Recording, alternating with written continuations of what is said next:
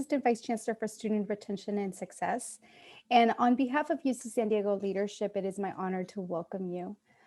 First, I'd like to thank each and every one of you for your continued support to strengthen the pipeline to UC San Diego and helping our students be successful. And I want to take this opportunity to share with you the various other programs within SRS that can support their transition and success at UC San Diego. The mission of Student Retention and Success, or SRS as is most commonly known, is to provide leadership and enhance the services that foster student, faculty, and staff collaboration to advance the success of all of our students at UC San Diego. Our vision is to eliminate obstacles and to improve the pathways for all students to achieve their academic, personal, and professional goals.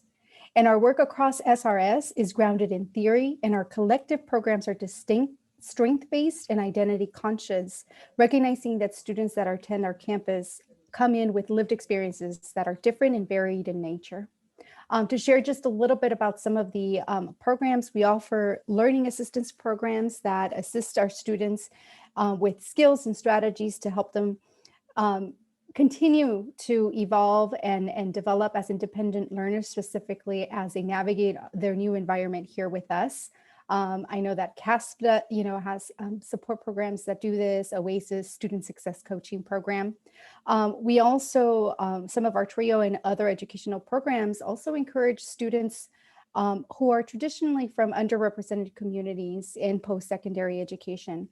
And so these programs are really here to support not only their transition, but as they continue their trajectory here with us. And some of these programs are programs such as TRIO SSS, Hope Scholars, that works with former foster youth.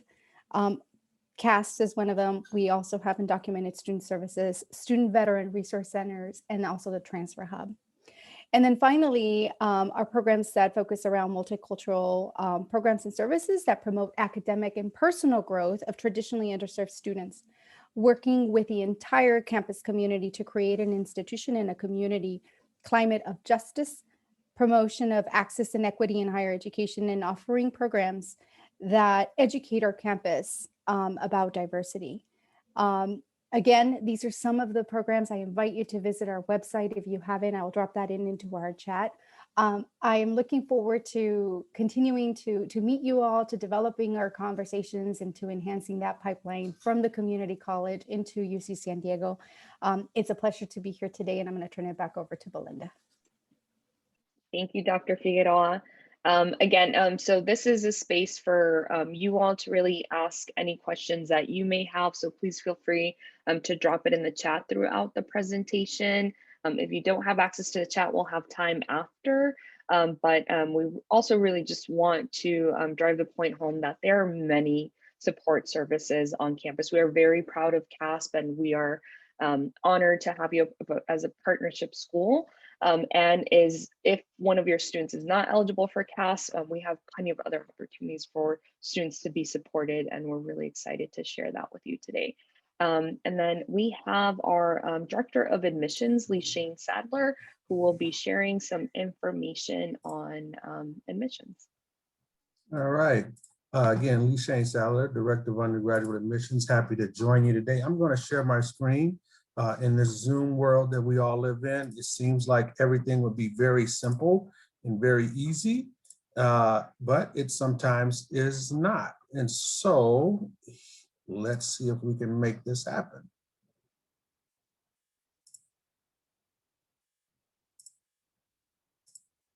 All right, you're able to see my screen, and then I am going to hide my wife thinks it's beautiful, but most people don't, my face.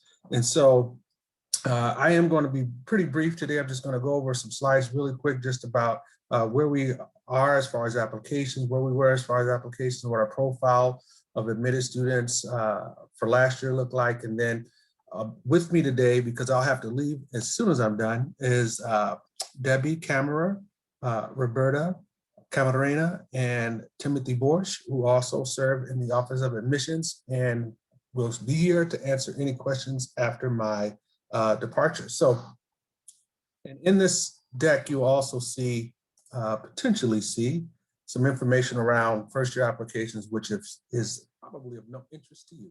But as you can see here, we were second most in applications in the country. And this is a combination of both first-year and transfer applications, more than 140,000 applications.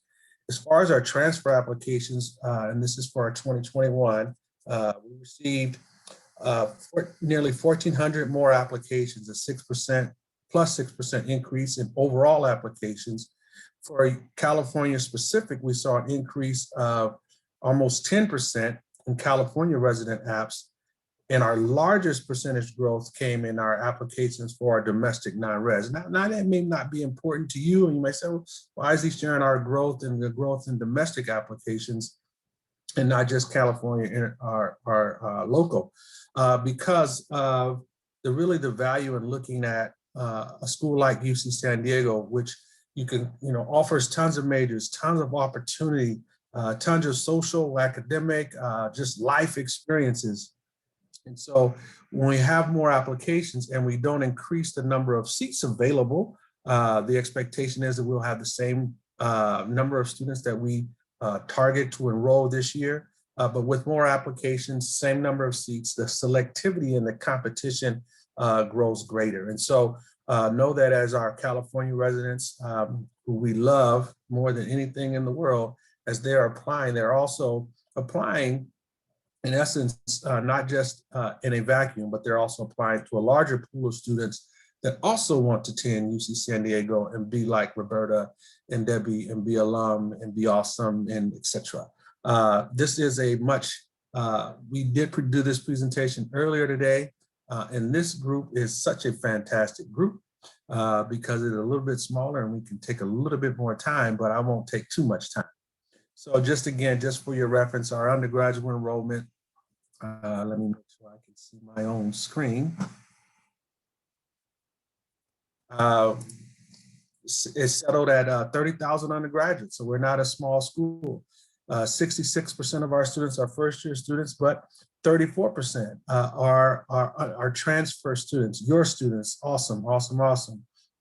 Total of CASP recipients, we have 629, 493 entered as first years, and 136 CASP entered as transfers. And you'll hear more about the transfer opportunities, scholarships, etc., from my colleague in financial aid. And so a snapshot of our transfers, 21,000 applications, and this is for this year.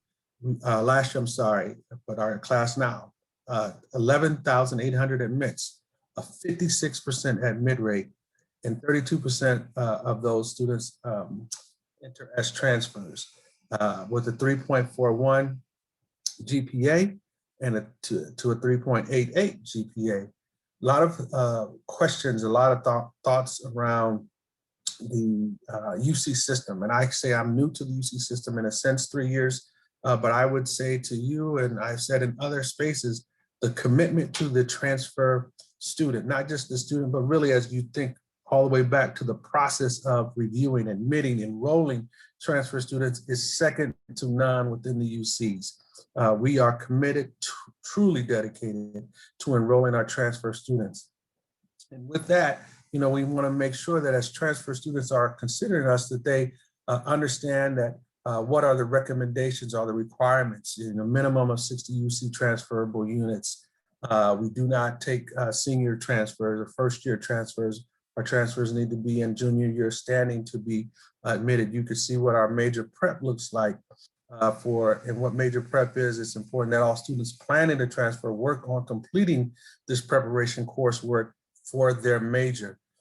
Transfer applicants to specific majors must complete the minimum major preparation coursework to be considered to those majors. I didn't mention that Timothy Borsch is here today, and he's our transfer coordinator. You may know Timothy, you've been introduced to Timothy in some other place or space, but Timothy is just amazing in the work that he leads our office in the communication and work with our transfer students, something that I'm super, super excited and proud to be a team member of his within the admissions process and the admissions team.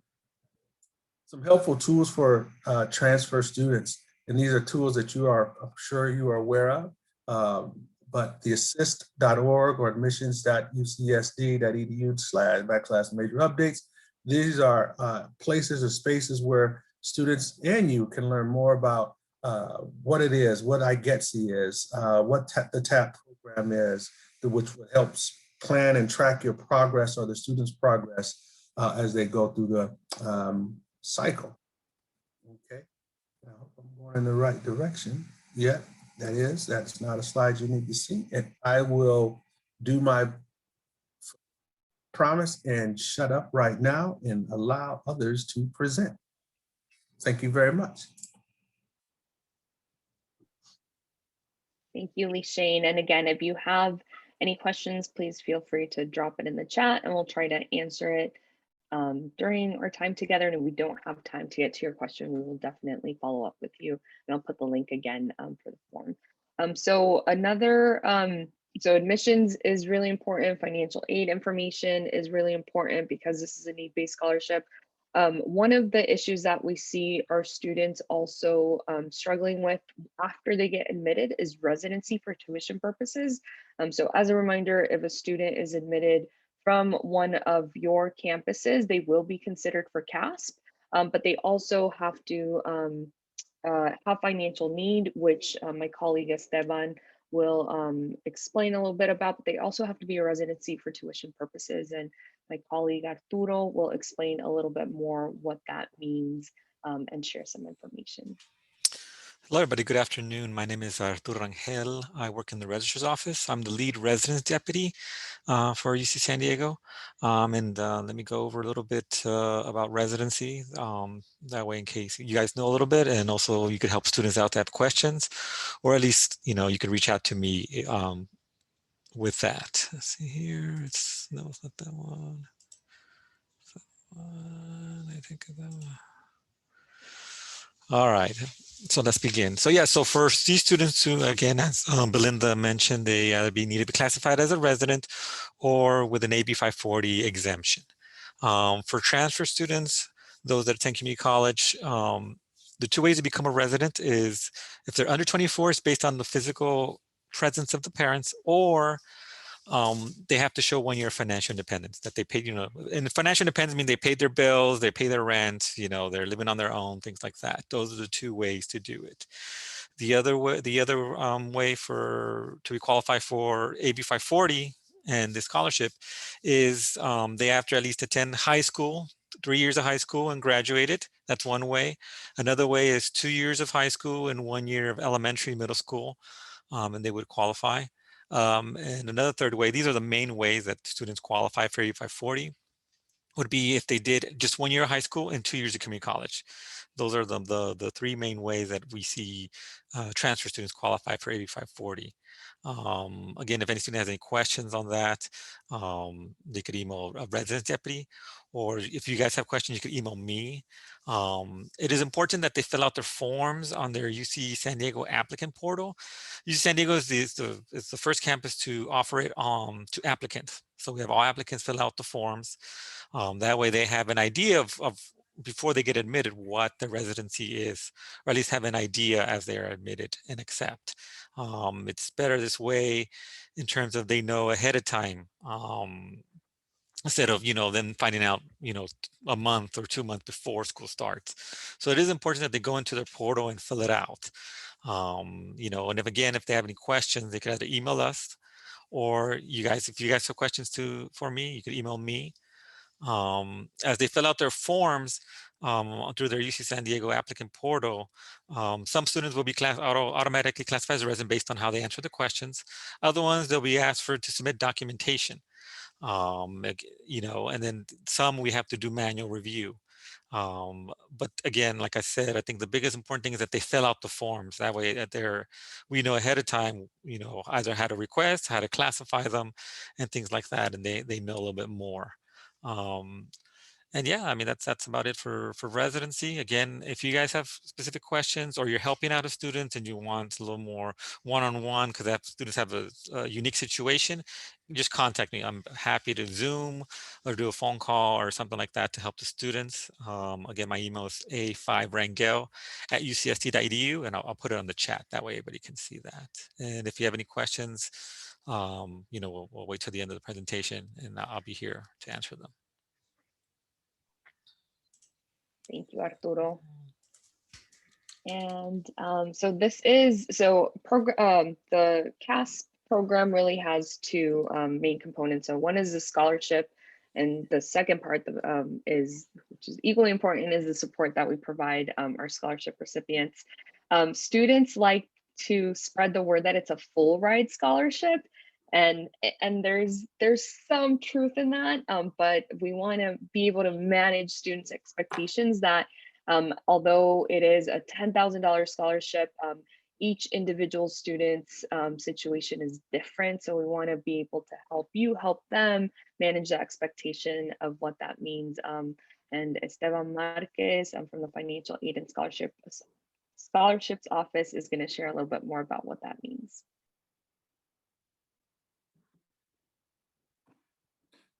Okay, and I think I can't share at the moment. There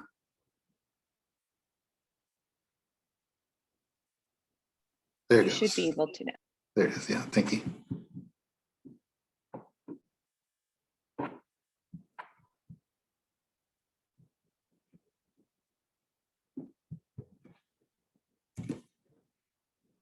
Okay, I just want to tell everyone welcome. Esteban Marquez. I am the Associate Director of Financial Aid Scholarships at UC San Diego. And we will be talking about financial aid and what is our goal at our office. So our goal is to ensure that all admitted students have adequate resources to attend UC San Diego. We do have, every year we award over $400 million in financial aid to our students. That includes grants, scholarships, student loans, and work study. So that is our goal, to try to help as many students as we can with the resources we have so that they can pay for their costs at the university. The starting point is the FAFSA application or the California Dream Act application. So those two must be completed, one or the other. You do not complete both, or the students should not complete both. That will cause delays in processing financial aid. So for students that are US citizens or permanent residents, they would fill out the FAFSA. And students that are undocumented and meet the criteria that Arturo mentioned as a non-resident AB 540 status would fill out the DREAM Act application. But in both situations, we have financial aid to award those students.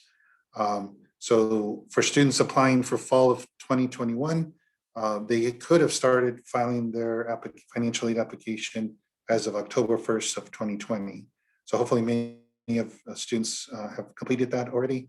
But the deadline is March 2nd, so there's still time to submit the application. Important thing about filling out the application is that it has to be complete and accurate. Primarily, I'm talking about the Social Security number. That is the number that we look at and connect to our database. The student's name, date of birth as well. So those three items are ones that should be completed accurately on the FAFSA so that we can award the student all the financial aid that they are eligible for, including the scholarships. The California Dream Act application, there's no social there, but it is a manual process, but we do match up those students with their UC application and award them accordingly. Okay.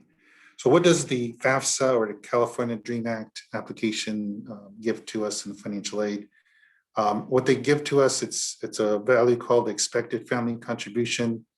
And it's an amount that a family can reasonably be expected to contribute over the course of the school year. It is same value regardless of which institution the student will be attending. It will look at the two components, primarily the parent and student income information, asset information, as well as household size and number in the household that are attending college. Those are the major factors in the calculation for the expected family contribution. Now, the other value we need to know is the college costs. So depending on where the student will be living will tell us how much the estimated cost of attendance will be. What you see here is a total of $33,270, which is the estimated cost of attendance for the current year for a student that is a California resident, undergrad, and that is living on campus. As you can see, the bulk of the costs are within the tuition fees and the room and board. Approximately 55 to 60% of our students don't pay tuition and fees. They are 14,679 are covered in grants or scholarships or waivers or student veterans that have the GI Bill. So a large majority or a good majority of our students don't have to pay their tuition fees because it's covered with the grants or other aid. The other bulk of the costs are within the room and board area. There's still grants that help pay for that, but that's where a student may have to take out a student loan or use their work study funds to help pay for their room and board. Interesting thing to note about room and board, this is an estimate, so we don't know what each individual student may be charged as far as their costs on campus. So this is a weighted average. Just be aware that if a student chooses to live in a single, their costs will be higher. So they need to take that into consideration when they're choosing where to live on campus. Students that live, they could be doubles or triples. So many students that live in singles, that is a great living situation, but just be aware that it will cost additional money to pay for that. So this is just a formula, the basic formula that we use in awarding financial aid. So now that we know the cost of where the student will be living at, we compare that with the expected family contribution, which comes from the FAFSA or the California Dream Act application, and we are targeting the financial need in awarding financial aid for the student. Okay, and this is where the funds come from. A bulk of the funding from federal government is the federal Pell Grant. It's just under $6,500 this year, upcoming year. There's also the state assistance, which is called the Cal Grant. That's at just under $13,000 a year. And those two are grants that don't have to be paid back. Our funds from the university depends on the student situation. I believe the minimum we'll award is $200, but we go all the way up to $26,000 in UCSD grant that we award students if they are eligible. There's also private agencies. So many of our entering students bring in scholarships from outside of UC San Diego, and that would help reduce their loan and work study obligation to help pay for their university costs. Okay. So the Blue and Gold Opportunity Program. So the Blue and Gold program is for students that are California residents whose total family income is less than $80,000, and they have financial need by applying with the forms on time. If the students meet this criteria, they are promised from the UC system that their tuition and fees will be taken care of, will be covered. For the current year is at $12,570.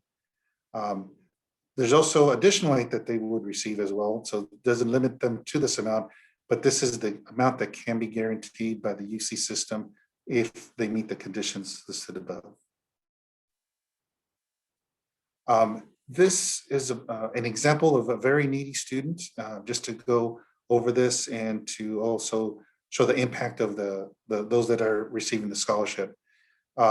So in this situation, it's a California resident whose expected family contribution is the lowest. It can go at 0 based on the FAFSA or the California Dream Act. Let's say they're living on campus, their estimated costs are $33,270. In this situation, we would award, based on current policy, $23,570 in grant aid, and that is free money that the student does not have to pay back.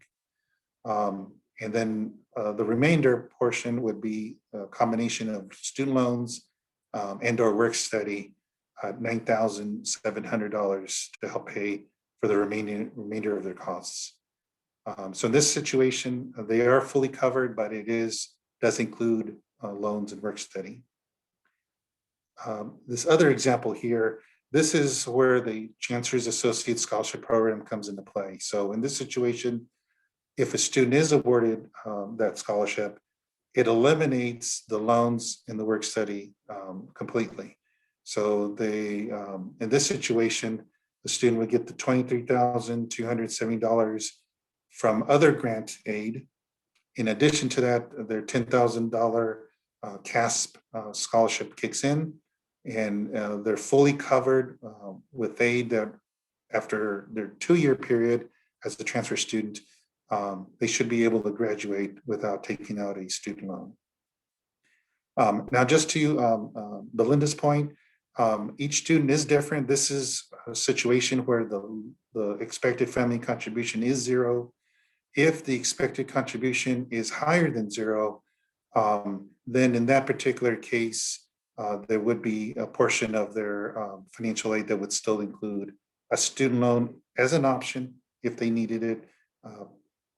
So it's just an option that they can take out to cover their cost of attendance. So all of that is dependent on how a student's situation is as they fill out the FAFSA or the California Dream Act. Okay, we get these questions every year. So why is my student not awarded the CASP scholarship?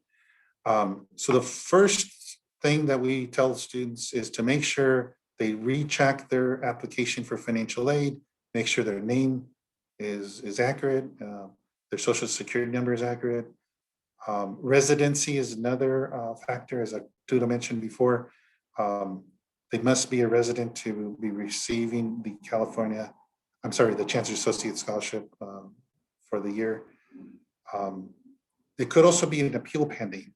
So Michelle Ojeda, she's our scholarship coordinator within the financial aid and scholarship office, and she oversees the CASP students within our office regarding eligibility and regarding disbursement once school begins. She posted her email address and her phone number in the chat. So she is the contact person for students that are appealing. For example, if a student fills out the FAFSA and their income is, let's say, $90,000, but that's based on year 2019, which was before COVID, and the student's family now have a lower income because they lost their job because of COVID. You want to make sure you contact Michelle Ojeda. There's an appeal process we can follow where might push the students into CASP eligibility. So make sure you grab Michelle Ojeda's information for that. And then the final bullet, if a student is not blue and gold eligible, that would make them ineligible. They must have a family income of less than 80,000, and they must be a considered California resident for tuition purposes. Now for community colleges, there's also other criteria that is used. An example would be first generation college student. So there's other criteria that may be used in selecting the recipient for the CASP scholarship. This is our website, fas.ucsd.edu. Just want to, this is at the bottom of that page, you'll see our hours, our phone number, and wanted to point out the best way to get a hold of us is via Zoom. That is something that has worked out very well for us, where students can just from their comfort of their own home, log in and talk to a counselor, and counselor can show their screen, explain their situation, and maybe not having to come in person. We do have phone hours, so you can also call us Also, at the very moment, I am in the office. I'm at UC San Diego. There is also an opportunity, if you need to, come in person and speak with the counselor if necessary. So there is an opportunity for that as well. These are our current hours, as you see on the screen, and I'm sure we'll be expanding them as the admission process goes through in the beginning, later in the month of March. So please be aware of our changing work hours. This slide just talks about some of the scholarships, web search engines on the web. It's still good for students to continue to look for scholarships, as many scholarships that they can apply for. They can it will reduce their loan work study obligation. So definitely encourage students to look for and apply for scholarships. If a student happens to have the Chancellors Associate Scholarship Program funding, and also has additional scholarships, many times what we do is we ask the donor, can they use that fund for the summertime? Because many of our students do take and want to take summer courses, and that would help in paying for their summer fees and tuition. So I do want to say thank you for your time, and that is the end of my presentation. Thank you, Esteban. And I know it was mentioned a little bit before, but I also want to highlight, I dropped a link in the chat. And again, I'll email this over as well if you don't have access to the chat. The Triton Transfer Hub is a new support service on campus specifically for transfer students. Our colleagues from the Triton Transfer Hub couldn't be here today because it conflicted with another meeting, but please know that that is a transfer specific resource for our students as well. And again, thank you for your continued partnership and to really just helping us create more avenues for students to get to campus if UC San Diego is where they want to be. And we do have time for questions, so feel free to unmute yourself or drop it in the chat if you have any questions at all.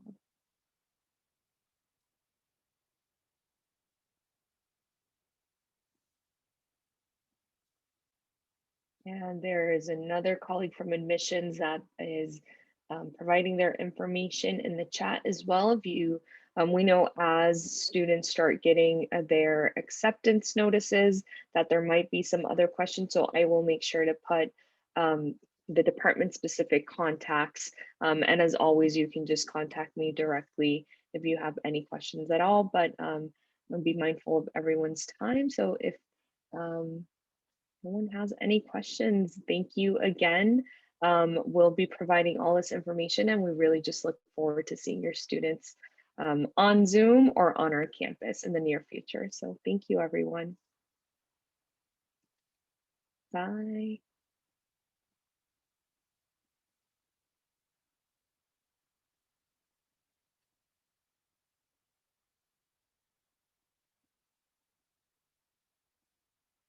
Yay. Wow, what a difference, huh?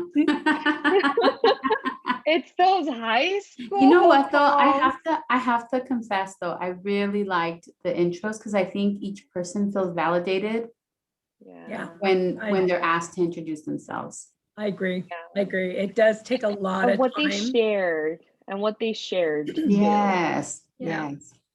Definitely. Makes it more personable. It does. So maybe if in the future, if we have to have it again, we can do an hour and a half. An hour and a half, I Yes. think would have been plenty of time. Yes. And to anticipate them not RSVPing. There were only 12 and there were only 12 because Lee Shane accidentally RSVP'd twice. There was 12 including our people. Seriously? Yes.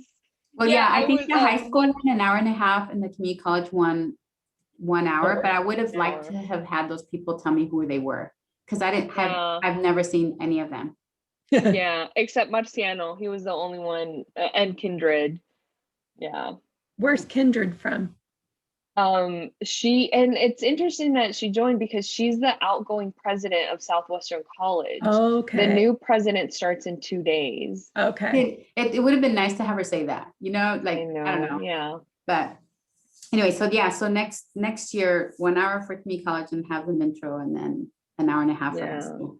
Because one of the counselors from Preuss texted me and they said Oh yeah, the reason the counselors had to make time to be there is because the admin told us they weren't going to be able to be there.